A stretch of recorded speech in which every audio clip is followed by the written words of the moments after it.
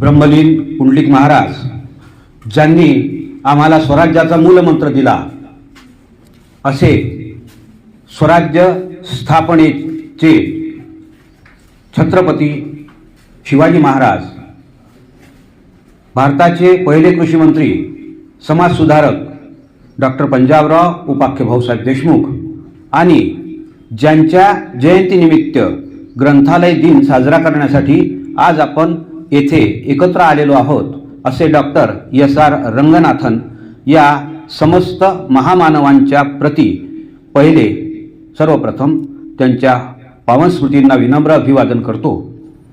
आज या ठिकाणी मला दिलेला विषय जो आहे तो आहे दैनंदिन जीवनात ग्रंथालयाचे महत्त्व किंवा ग्रंथालयाची उपयोगिता। मित्रांनो, भोये सरांनी, मॅडमनी, प्राचार्य सरांनी आपल्याला रंगनाथन यांच्या कार्याविषयी, त्यांच्या जीवनचरित्राविषयी थोडक्यात माहिती दिली, परंतु एक गणिताचा प्राध्यापक जो अतिशय प्रतिष्ठित अशा मद्रासच्या महाविद्यालयात होता आणि त्यानंतर त्याचं ग्रंथवेड इतकं शिगेला पोहोचलं की त्यांनी ती प्राध्यापकाची नोकरी सोडून मद्रासच्या एका महाविद्यालयात ग्रंथपाल म्हणून नियुक्ती घेतली। यावरून आपल्याला ही लक्षात येईल की त्या काळात प्राध्यापक पदाची असणारी गुणवत्ता आणि महत्ता थोर असूनही आपलं जे ध्येय आहे त्या ध्येयाप्रत आपली जी आवड आहे किंवा आवडीचं क्षेत्र आहे त्या क्षेत्रात माणूस तळमळीने आणि मनपूर्वक अंतःकरणातून काम करू शकत असेल किंवा करत असेल तर निश्चितच तो मोठा झाल्याशिवाय राहत नाही। कारण जिद्द, चिकाटी आणि ध्येयाप्रती असणारी निष्ठा या गुणांवरच प्रत्येक महापुरुष मोठा झालेला आहे, प्रत्येक महामानव घडलेला आहे आणि हाच एकमात्र व्यक्तिमत्व विकासाचा मार्ग आहे। आणि हा मार्ग प्रशस्त करण्यासाठी मग आपल्याला मदत घ्यायची ती कुणाची, तर पुस्तकांची। कारण विश्वासपूर्ण माहिती देणारं पुस्तक हे एकच असा ज्ञानाचा, माहितीचा स्रोत आहे। त्या पुस्तकातून मिळणारं जे ज्ञान आहे ते विविध उपयुक्त आहे, आपल्यासाठी आवश्यक आहे, आपल्या विचारांच्या कक्षा रुंदावण्यासाठी त्याचं अनन्य असं साधारण महत्त्व आहे। आणि सर्व पुस्तकांचं संकलन ज्या ठिकाणी होते ते ठिकाण म्हणजे ग्रंथालय। महाविद्यालयीन ग्रंथालय असते, शालेय ग्रंथालय असतात किंवा सार्वजनिक ग्रंथालय सुद्धा असतात। रंगनाथन स्वतः ग्रंथपाल होऊनच थांबले नाहीत, तर त्यांनी लंडन येथे जाऊन स्कूल ऑफ लायब्ररियनशिप या ठिकाणी हा कोर्स पूर्ण केला आणि त्यानंतर 30 जानेवारी 1928 साली मद्रास ग्रंथालय संघ स्थापन केला। यानंतर जगाला दिलेली रंगनाथन यांनी एक देणगी दिली आहे की लायब्ररियन, ग्रंथालय शास्त्र संबंधातील ग्रंथालय शास्त्राची पंचसूत्री आणि द्विबिंदू वर्गीकरण पद्धत, जी पुस्तकांची देवाणघेवाण करण्यासाठी, पुस्तकांचं व्यवस्थित स्टॉक करण्यासाठी, त्याचं वर्गीकरण करण्यासाठी अत्यंत उपयुक्त आहे आणि ती जगाला दिली स्वामी रंगनाथन यांनी। त्यांनी जी पंचसूत्री सांगितली त्या पंचसूत्रीत काय आहे की प्रत्येक वाचकाला त्याचा ग्रंथ मिळाला पाहिजे। म्हणजे ग्रंथालयाची जबाबदारी काय आहे किंवा ग्रंथालयाकडून काय अपेक्षित आहे, तर जो वाचक आहे त्याला हवा असलेला ग्रंथ, हवी असलेली माहिती मिळाली पाहिजे। त्यानंतर प्रत्येक ग्रंथाला त्याचा वाचक मिळाला पाहिजे। म्हणजे हे बाब विशेषतः लेखकांसाठी किंवा माहिती संकलित करणारे जे लोक असतात, जे चिंतनशील व्यक्तिमत्व असते, त्यांच्यासाठी हा मुद्दा आहे। हा दुसरा मुद्दा आहे की प्रत्येक ग्रंथाला त्याचा वाचक मिळाला पाहिजे। म्हणजे ग्रंथ अशा रीतीने घडला पाहिजे, अशा रीतीने लिहिला गेला पाहिजे की त्या ग्रंथात असणाऱ्या ज्ञानाला त्याचा वाचक मिळाला पाहिजे। त्याच्यानंतर तिसरा मुद्दा त्यांनी सांगितला की वाचकाचा वेळ आपल्याला वाचविता आला पाहिजे। म्हणजे अशा रीतीने पुस्तकं संकलित असली पाहिजे की कमीत कमी वेळेत जो ग्रंथ त्या वाचकापर्यंत पोहोचेल याविषयी सुद्धा दक्ष असलं पाहिजे, विशेषतः ग्रंथालय व्यवस्थापनाने. त्यानंतर ग्रंथालय हे उपयोगासाठी असावेत, ते उपयुक्तच असावेत, माहिती देणारेच असावेत. त्यातील माहितीचा स्रोत हा सत्याच्या पार्श्वभूमीवर खरा असणारा किंवा खरा उतरणारा असावा. आणि शेवटी म्हणतात ते 5वा मुद्दा की ग्रंथालय ही वर्धिष्णू संस्था आहे. अशी ग्रंथालय शास्त्राची पंचसूत्री त्यांनी जगाला दिली आणि द्विबिंदू वर्गीकरण पद्धत सुद्धा विकसित केली. आता याचे जे डिटेल्स आहे हे ग्रंथपालच सांगू शकतो, कारण त्या सगळ्या पुस्तकाचं मॅनेजमेंट जे आहे ते मॅनेजमेंट ग्रंथालयात होत असते. आता आपल्याला ग्रंथालयात असणाऱ्या पुस्तकांनी काय दिलं किंवा आपण त्यातून काय घेतलं यावर आपला व्यक्तिमत्व विकास अवलंबून असणार आहे. कारण सरांनी सांगितलं की वाचाल तर वाचाल, आणि बाबासाहेबांनी म्हणून ठेवलं आहे की शिक्षण हे वाघिणीचं दूध आहे.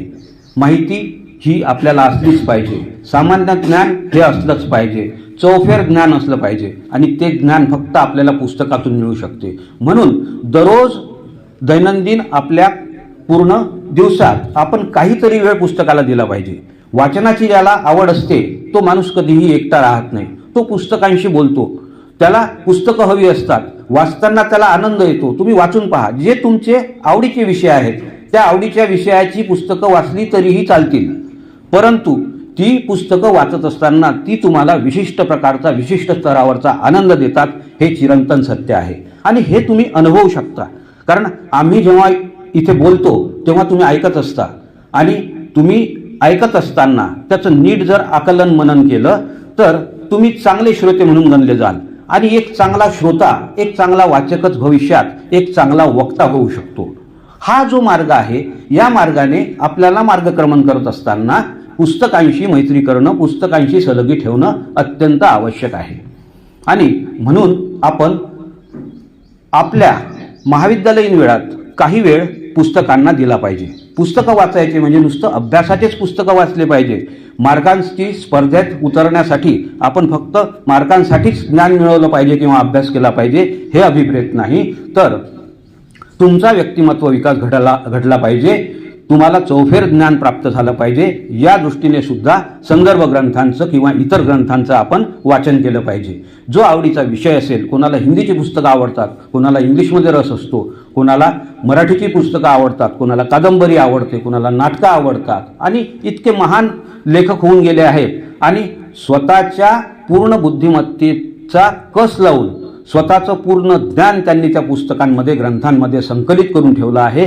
त्याचा जर आपण वापर करत नसू तर मग आपल्यासारखे दळभद्री आपणच. कारण पुस्तकं वाचल्याशिवाय अन्य पर्याय नाही, हे मी तुम्हाला सत्य सांगतो. जितकं तुम्ही वाचाल तितका तुमचा विकास होत राहील, आणि विकास हा काही एका दिवसात होत नसतो.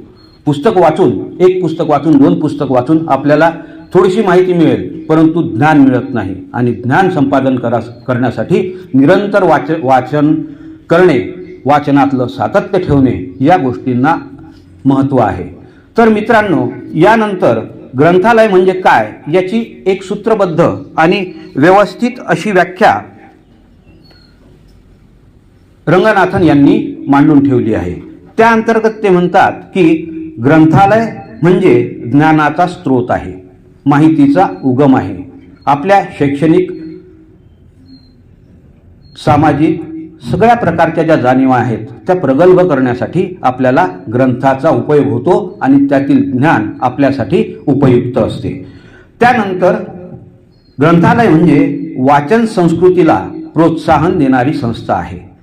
जी वाचन संस्कृती आहे, जी वाचनाची सवय आहे ती अधिकाधिक परिपक्व होत जावी, ती अधिकाधिक समृद्ध होत जावी, ती अधिकाधिक वृद्धिंगत होत जावी, यासाठी सुद्धा वाचन संस्कृती टिकणं आणि तिला प्रोत्साहन देणं हे ग्रंथालयाचं काम आहे.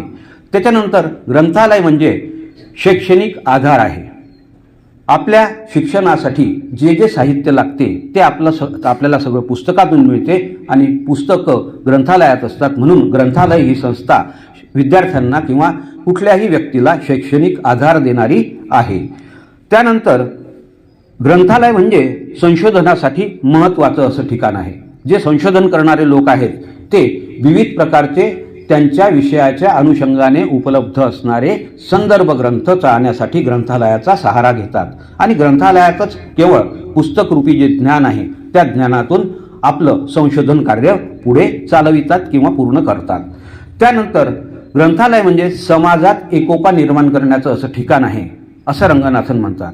समाजात एकोपा निर्माण कसा होत असेल तर ग्रंथालयात जेव्हा 4 समविचारी लोक आपले पुस्तकं वाचतात, वाचन करतात, मनन करतात, चिंतन करतात आणि त्यानंतर त्यावर संशोधन करतात, एवढंच करून ते थांबत नाहीत तर आपसात त्यांची जी चर्चा होते त्या चर्चेतून सुसंवाद घडतो आणि सुसंवाद घडल्यामुळे समाजात एकोपा किंवा एकता निर्माण होऊ शकते असं सुद्धा रंगनाथन यांना ग्रंथालय या संस्थेकडून अपेक्षित होतं. त्यानंतर त्यांनी ग्रंथालयाचे काही फायदे सांगितले आहेत. ते ग्रंथालयाचे फायदे असे आहेत की विश्वसनीय शैक्षणिक आणि इतर माहितीचा स्रोत पुरवते. विश्वसनीय माहिती आजकाल AI किंवा व्हॉट्सअपवर आपण पाहतो की बऱ्याचशा माहिती चुकीच्या असतात. AIची जेवढी माहिती उपलब्ध आहे नेटवर त्या खाली प्रत्येक ठिकाणी लिहिलं असते की माहिती अद्ययावत असल्याची खात्री करा आणि मग त्याचा उपयोग करा. परत पुस्तकात असं नसते. पुस्तकातलं ज्ञान हे विश्वासार्ह असते, ते कन्फर्म असते आणि त्याच्यामुळे त्या पुस्तकातूनच आपल्याला विश्वसनीय अशी माहिती मिळू शकते. त्यानंतर दुसरा फायदा हा आहे की वाचणाऱ्या व्यक्तीचा किंवा दैनंदिन जीवनात ग्रंथालयाचा उपयोग करणाऱ्या व्यक्तीच्या ज्ञानाच्या कक्षा रुंदावत जातात, त्याच्या जाणीवा अधिक प्रगल्भ होत जातात, त्याचे विचार अधिक विस्तारत जातात आणि जो पुस्तकं वाचतो त्याबद्दल ही गोष्ट सुद्धा अत्यंत खरी किंवा सत्य आहे की पुस्तक वाचलं तरच मस्तक सुधारते आणि ज्याचं मस्तक सुधारलं तो मग कुणाचा हस्तक होत नाही आणि जो कुणाचा हस्तक होणार नाही तो कुणापुढे कधीही म्हणजे अनुचित ज्या बाबी आहेत समाजातल्या त्या अनुचित बाबीकडे किंवा सत्ताधाऱ्यांकडे किंवा प्रलोभन देणाऱ्याकडे कधीही तो त्यांच्यापुढे नतमस्तक होणार नाही. त्यामुळे आपला व्यक्तिमत्व विकास करून घेण्यासाठी आपल्याला वाचन करण्याशिवाय दुसरा पर्याय नाही हे मी तुम्हाला वारंवार सांगतो. कारण वाचन असल्याशिवाय आपण बोलूच शकत नाही. वाचन असल्याशिवाय 4 चौघा लोक उभे झाले, आपले 4 चौघ मित्र उभे आहे, तर वाचन असल्याशिवाय आपण त्यांच्या विषयात डिबेट करू शकत नाही, आपलं मत प्रदर्शित करू शकत नाही आणि आपलं मत प्रदर्शित जर आपण करू शकत नसू तर भाषा ही देवानी नुसतं मनुष्य प्राण्याला, फक्त मनुष्य प्राण्याला दिलेली जी देणगी आहे तिचा सुद्धा तो अपमान होईल.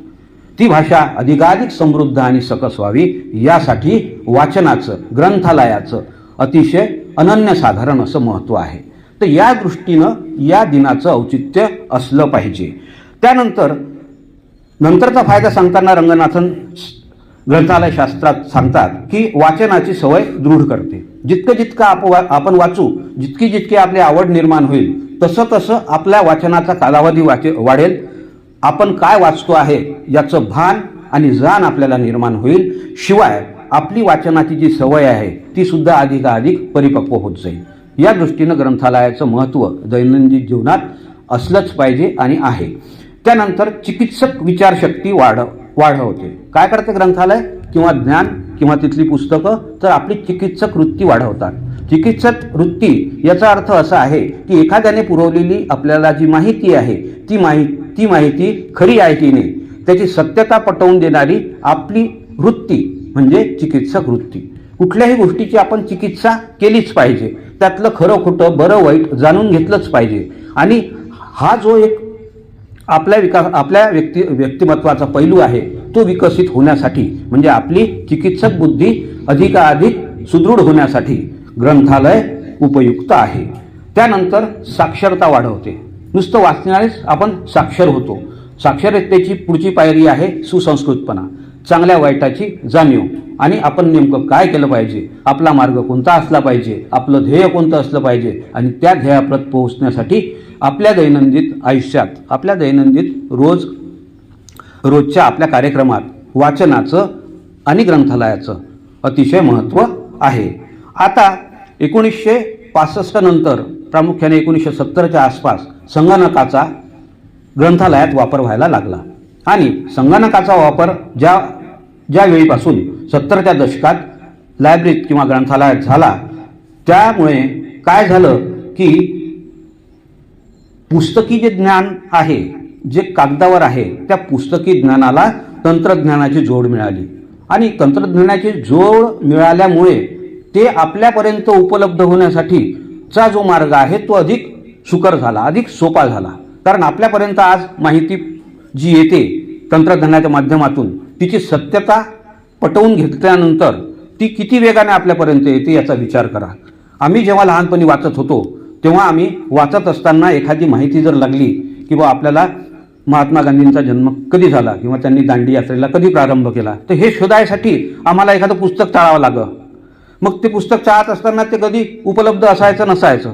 मग ते नसताना दुसऱ्या दिवशी ग्रंथालय उघडेपर्यंत त्याची वाट बघावी लागायची आणि मग कळायचं की सत्य माहिती काय आहे. आज असं नाही आहे.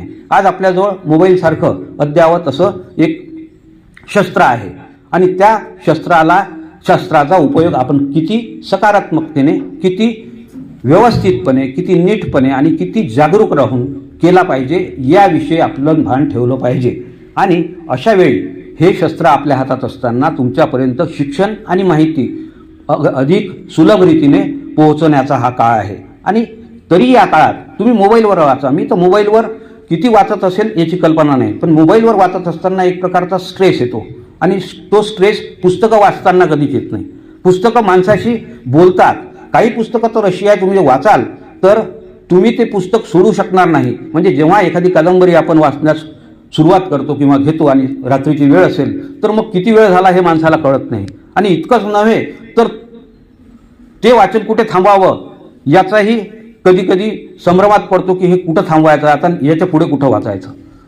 आपल्याला तर एखादी माहिती मिळाल्यानंतर, मी एक BA चा पोरगा होता, त्याचं नाव नाही सांगणार, त्याला विचारलं की बाबा कशाला ॲडमिशन घेतली, तर म्हणे BA मराठी लिटरेचर. म्हटलं फक्त 5 मराठीच्या साहित्यिकांची नावं सांग किंवा लेखकांची नावं सांग. तर त्याला फक्त एक शिवाजी सावंतचं नाव आलं. त्याला म्हटलं का रे बाबा हे एकच काहून तुला माहीत आहे, बरं त्यांनी कोणती कादंबरी लिहिली आहे जी चांगली आहे. मग त्याला ती माहीत नव्हतं. त्याला म्हटलं मृत्युंजय वाचली आहे का, नाही म्हणे. ययाती वाचली आहे का, नाही म्हणे. मग इतकं तोकळं ज्ञान आपलं का आहे, तर आपल्या वाचनाच्या सवयी चुकीच्या आहेत. आपलं वाचनातलं सातत्य किंवा गती कमी आहे आणि ही वाढवण्यासाठी ग्रंथालयाचा निरंतर वापर करणं, जेव्हा वेळ मिळेल तेव्हा वाचणं.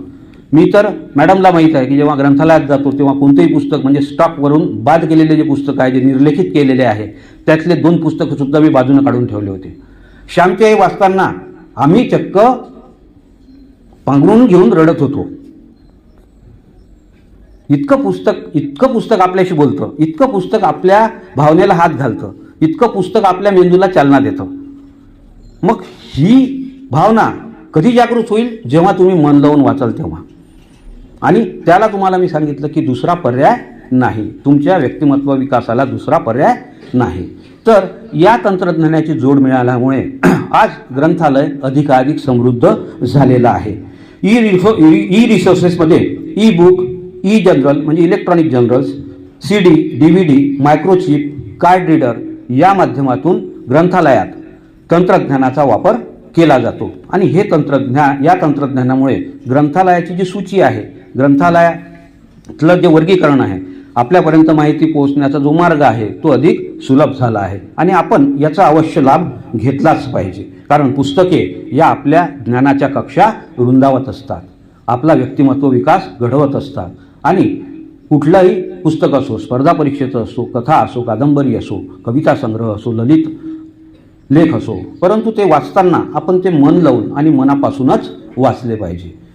तुम्हाला आठवत असेल, आता आम्ही जेव्हा लहान होतो तेव्हा नवी कोरी पुस्तकं आणली की त्याच्या पानाचा सुगंध घेण्यात सुद्धा काही औरच आनंद येत असे. असं तुमच्या बाबतीत घडते का?